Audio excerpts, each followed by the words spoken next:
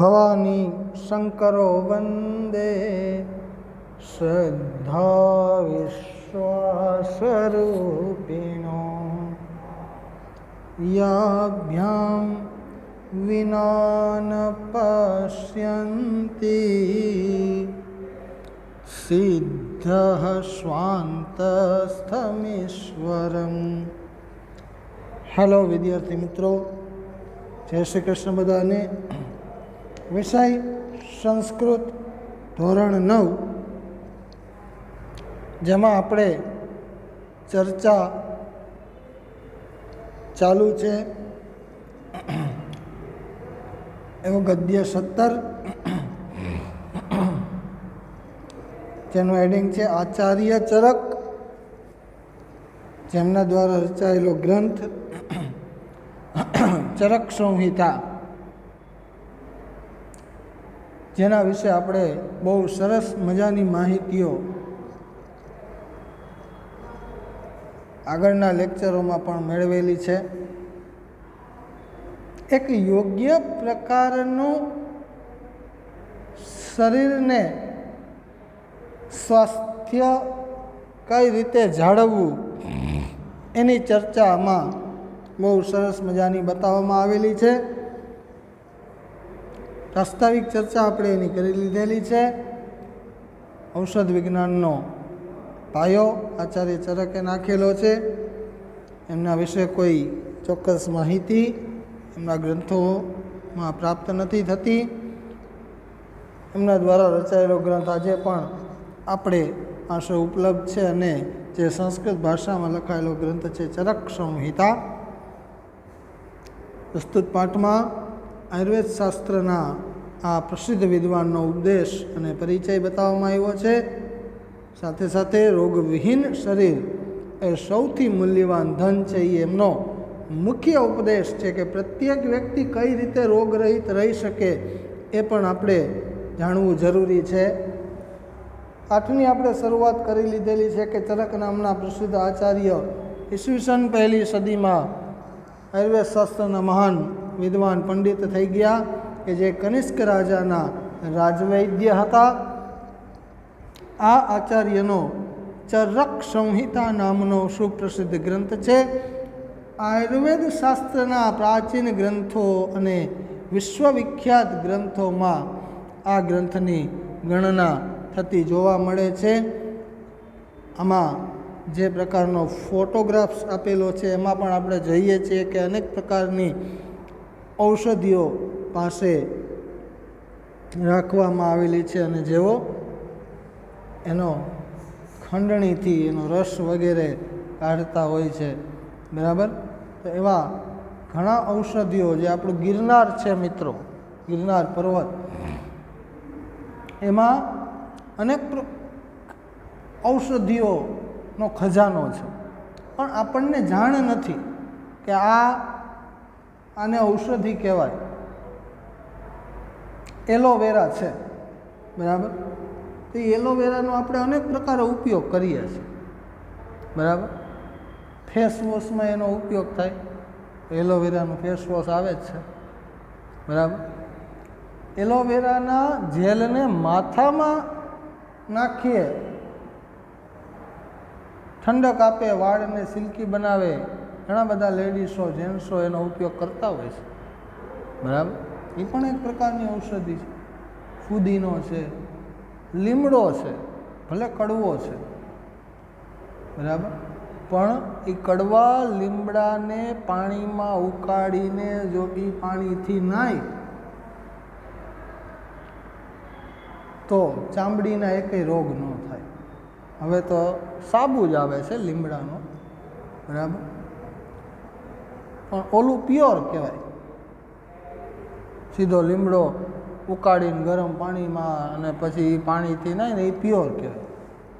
બરાબર, અતિશય ઉકાળવાનું પાણી, એટલે એ લીમડો ઉકળે એટલે એનો રસ છે એ પાણીમાં ભળે. એલોવેરાના જેલ આવે છે, સાબુ આવે છે, પણ એ પ્યોર વસ્તુ સીધી વાપરીને એ વધારે અસર કરતા રહીએ. બરાબર, અસ્મિન ગ્રંથે સૂત્ર સ્થાન નિદાન વિમાન શારીર ઇન્દ્રિય ચિકિત્સા કલ્પ અને સિદ્ધિ આવા 8 પ્રકરણો આ ગ્રંથમાં બતાવવામાં આવેલા છે અને આ બધા પ્રકરણો મળી કુલ 120 અધ્યાય આ ગ્રંથમાં સમાવેશ કરવામાં આવેલો છે. આ ગ્રંથનું પ્રમાણ એટલે કે 120 અધ્યાય 8 પ્રકરણ કે જેમાં કેટલા શ્લોક છે તો કે 12,000 શ્લોકોનો સમાવેશ એમાં બતાવવામાં આવેલો છે. અત્ર પ્રાય અહીં લગભગ સહસ્ત્રદ્વયમ ઔષધ યોગાનામ વિસ્તૃતમ વ્યાખ્યાનમ અસ્તિ. 2000 જેટલા ઔષધ યોગોનું વિસ્તૃત વ્યાખ્યાન આપણને જોવા મળે છે અને જેમાં જ્વર રક્તપિત્ત ઉન્માદ અતિસાર પ્રમેહ ઉદર શિર હૃદય આદિ ચ રોગાણામ નિવારકાની વિનાશકાની ચ ઔષધાની ઉલ્લિખિતાની સંતિ. આવા રોગોને કઈ રીતે દૂર કરવા અને એનો કઈ રીતે આપણા શરીરમાંથી વિનાશ કરવો એવા ઔષધોનો ઉલ્લેખ આ ગ્રંથમાં એમને બતાવેલો છે. એવમ હિ શ્રૂયતે યત એવમ હિ મન્યતે યત એવું પણ સાંભળવા અથવા કહેવા મળે છે કે ભારતમાં ઔષધ વિજ્ઞાનનો પાયો નાખનાર આ એક આચાર્ય સૌ પ્રથમ હતા. સમગ્ર આયુર્વેદ સાહિત્ય છે એ આચાર્ય ચરકસ્ય ઉચ્ચિષ્ટમ અસ્તિ. આચાર્ય ચરકનું એઠું એટલે કે બચી ગયેલું માનવામાં આવે છે. એમાંથી જ બધા મોટા મોટા જે તે સમયના પછીના જે વિદ્વાનો છે એને એમાંથી જ પ્રેરણા મેળવી. અથચ આયુર્વેદ શાસ્ત્રીયમ યત જ્ઞાનમ ચરક સંહિતાયામ વર્તતે તદેવ સર્વત્ર વર્તતે. ચરક સંહિતામાં જે જ્ઞાન છે તદેવ સર્વત્ર વર્તતે એ જ બધે છે. અને ચરક સંહિતાયામ યત નાસ્તિ ચરક સંહિતામાં જે નથી તદ કુત્રાપી ન વર્તતે એવું બીજે ક્યાંય નથી. બરાબર? એવું જ્ઞાન એવા રોગોનું નિવારણ એવા રોગોનો ઉલ્લેખ અને વિસ્તૃત વર્ણન એણે આમાં બતાવેલું છે. કદાચ ગુજરાતી ભાષામાં ક્યાંક આ ગ્રંથ મળી જાય તો લઈ લેવો. બરાબર? મારી પાસે છે નહીં પણ હું પ્રયત્ન કરીશ કે ક્યાંક મળી જાય તો આપણને જ કામ આવે એમ. અસ્ય કેચન ઉપદેશા એમના કેટલાક ઉપદેશો યાદ રાખવા જેવા છે કે આપણે શરીરને કઈ રીતે સ્વાસ્થ્ય સારી રીતે સાચવવું. તો તદ્યથા મનુષ્ય કેન પ્રકારેણ રોગ રહિત ભવિતુમ અર્હતિ તે વિષય ઉપદેશતી એમ એવા આચાર્ય. મનુષ્ય કયા પ્રકારે રોગરહિત રહી શકે એના વિશેની માહિતી આપતા એક શ્લોક દ્વારા જણાવે છે કે નરો હિતાહાર વિહાર સેવી સમીક્ષકારી વિષયેશ્વ શક્ત દાતા સમ સત્ય પરા ક્ષમાવાન આપતો પ્રસેવી ચ ભવત્ય રોગી. એ હિતકારક આહાર અને વિહારનું સેવન, સમીક્ષકારી સમજી વિચારીને વર્તન કરવું, વિષયેશ્વ શક્ત વિષયોમાં વિષય વાસનામાં અનાસક્ત રહેવું એટલે કે મોહમાયા બહુ ન રાખવી એમ કહેવાની વાત એવી કે આપણને જે વસ્તુ ભાવે છે ને એ વસ્તુ જ દરરોજ ખાય ને તો ક્યારેક એનાથી પણ આપણને એનો મોહ ઉઠી જાય. બરાબર? અતિ સર્વત્ર વર્જે એક સૂક્તિ છે ને. બરાબર? કોઈ પણ વસ્તુ વધારે પડતી છે ને એ આપણા માટે જોખમી કહેવાય. બરાબર? અતિશય વધારે પડતું એમાં આગળ ન વધવું. કોકની ઘરે આપણે દરરોજ જાય ને તો એને દરરોજ 2-4 દી ગમે, પછી 5મા દીથી ન ગમે. બરાબર? એમ થાય દરરોજ જ્યારે આવા ટાઈમે આવી જ જાય. બરાબર? તો દરરોજ કોઈની ઘરે ન જાઓ. દરરોજ દાબેલી ખાતા હોય કે પાણીપુરી ખાતા હોય કે પાઉંભાજી ખાતા હોય દરરોજ ન ભાવે. બરાબર? પંજાબમાં જાય પંજાબી મળે પણ ન્યાના કરતાં આપણા બધા વધારે ખાય. કારણ કે આપણે શું વારે બહુ મજા આવે પણ એ 2 દી જ મજા આવે, 3જા દીથી પેટમાં ગડબડ થવા માંડે. બરાબર? બહાર જાય ને ક્યાંક ફરવા તો ન્યાની વસ્તુ આપણે 2 દી ખાઈ શકીએ, એ 3જા દીથી તો આપણે શાક ને ભાખરી ને રોટલી જ ગોતતા હોય કે ક્યાંક ગુજરાતી ખાવાનું મળી જાય. તમે ને મેં બધાએ આ અનુભવ કરેલો હોય. બરાબર? આમ કેરળમાં કે ગમે ત્યાં ફરવા ગયા હોય ને તો ત્યાં એનું જમવાનું મળતું. આપણે કેમ અહીંયા ગુજરાતી થાળી રસ્તે ને ડગલે પગલે આપણને મળતી હોય, બરાબર. પંજાબી મળતી જ હોય, બરાબર. પણ ગુજરાતી તો ગમે ત્યાં આપણને મળી જાય આપણા ગુજરાતમાં કે કોઈ પણ જગ્યાએ.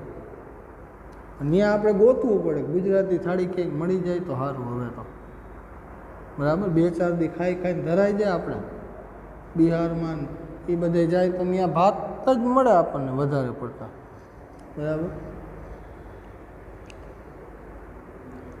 આગળ આપણે જોઈએ હવે જ્યાં પહોંચ્યા હતા. અર્થાત યહ નરઃ હિતસ્ય આહારસ્ય વિહારસ્ય ચ સેવનમ કરોતિ, જે માણસ હિતકારી આહાર અને વિહારનું સેવન કરે છે, સર્વ કાર્યમ સમીક્ષ્ય કરોતિ, બધું જ કામ સમજી વિચારીને કરે છે, વિષયેષુ નિતરામ આસક્ત,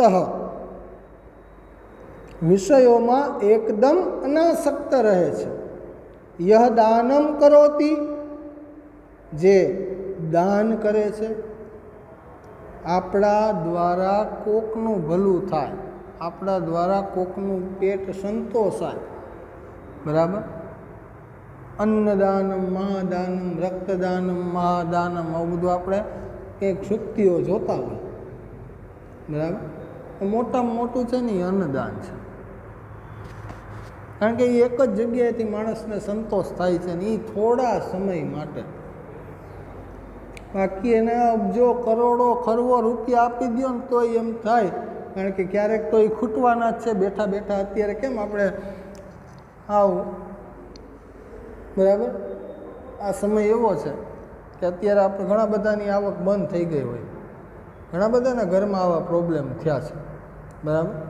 નોકરીમાંથી ઘણા બધા છૂટા થઈ ગયા છે, આવક બંધ થઈ ગઈ છે, બરાબર. ભગવાનની દયા, થોડું ઘણું બચાવેલું હોય તો કામ આવે આ સમય, બરાબર. સેવિંગ કરેલું હોય તો હોય જ બધા પાસે, પણ તોય એમ. તો વિષયેષુ નિતરામ આસક્ત, વિષયોમાં આસક્તિ ન રાખવી એટલે કે અનાસક્ત રહેવું. યહ દાનમ કરોતિ, જે દાન કરે છે, વ્યવહારે સમત્વમ ક્ષમા ભાવમ ચ આચરતી, કોઈ પણ વ્યક્તિ સાથે જાયના અજાયણા સાથે વ્યવહારમાં સમત્વ ભાવના અને ક્ષમા ભાવનાનું આચરણ કરે. આપ્તજનાનામ સેવામ કરોતિ, આપ્તજનોની સેવા કરે. તાદૃશ નર, તેવો માણસ છે એ અરોગી અર્થાત સ્વસ્થ ભવતી, એવો માણસ છે એ રોગ રહિત એટલે કે સ્વસ્થ માણસ હોય છે, બરાબર.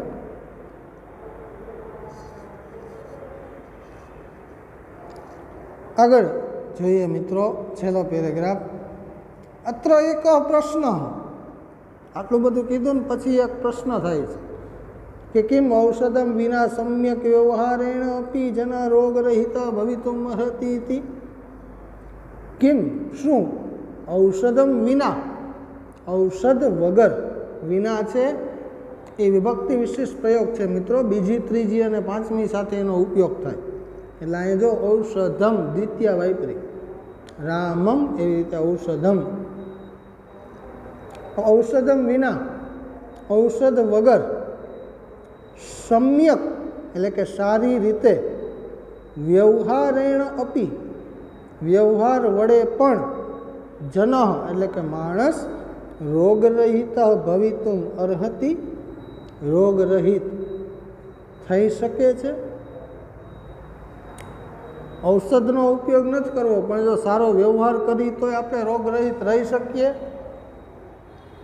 તો એનો ઉત્તર આપતા અહીંયા કહે છે તસ્ય ઇદમ ઉત્તરમ, એનો આ ઉત્તર છે કે યદા રોગ શરીરે પ્રવિષ્ટો ભવતી, જ્યારે, યદા એટલે જ્યારે, અવ્યય છે.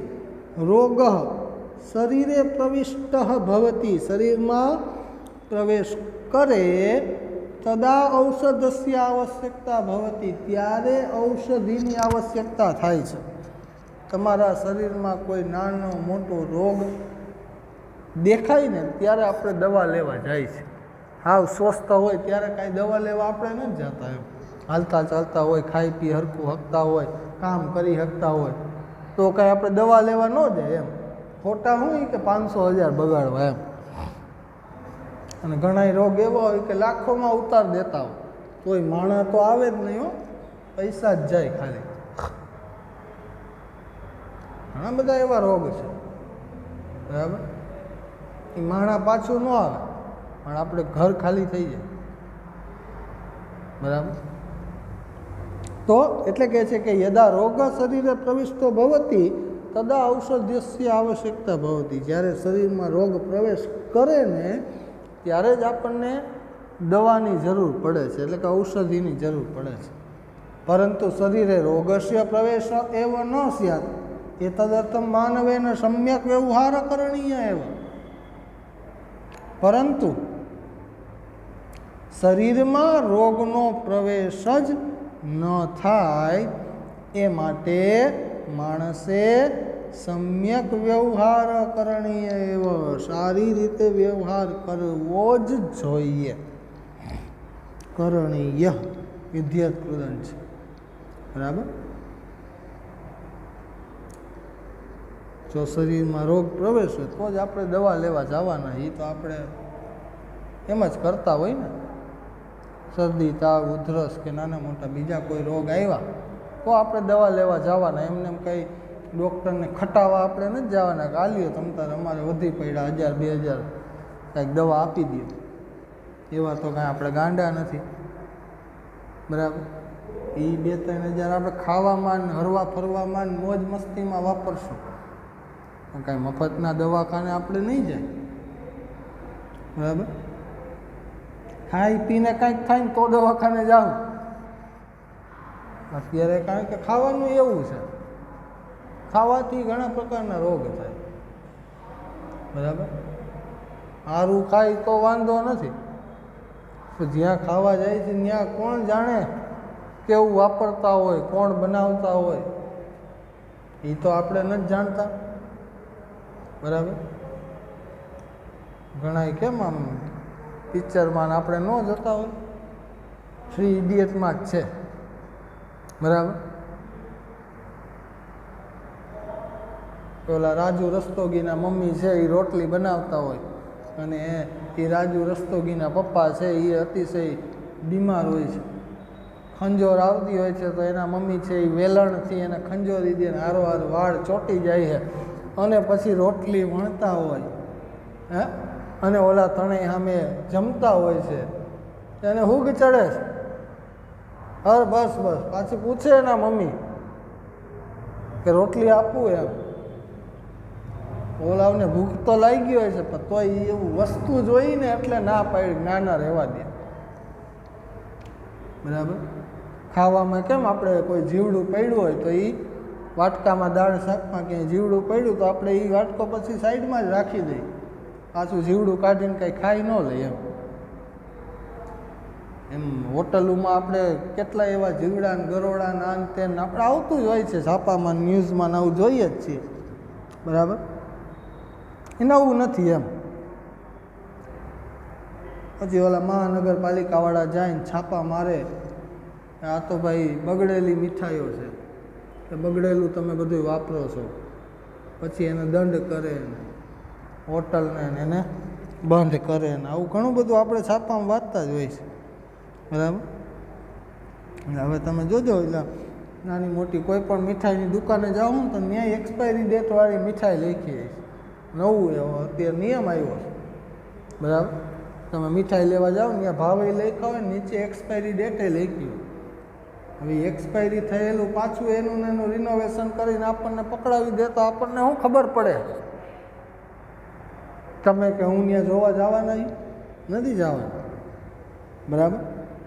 તો એટલે કહે છે કે સમ્યક વ્યવહારથી પણ શું શરીર સ્વસ્થ રહી શકે?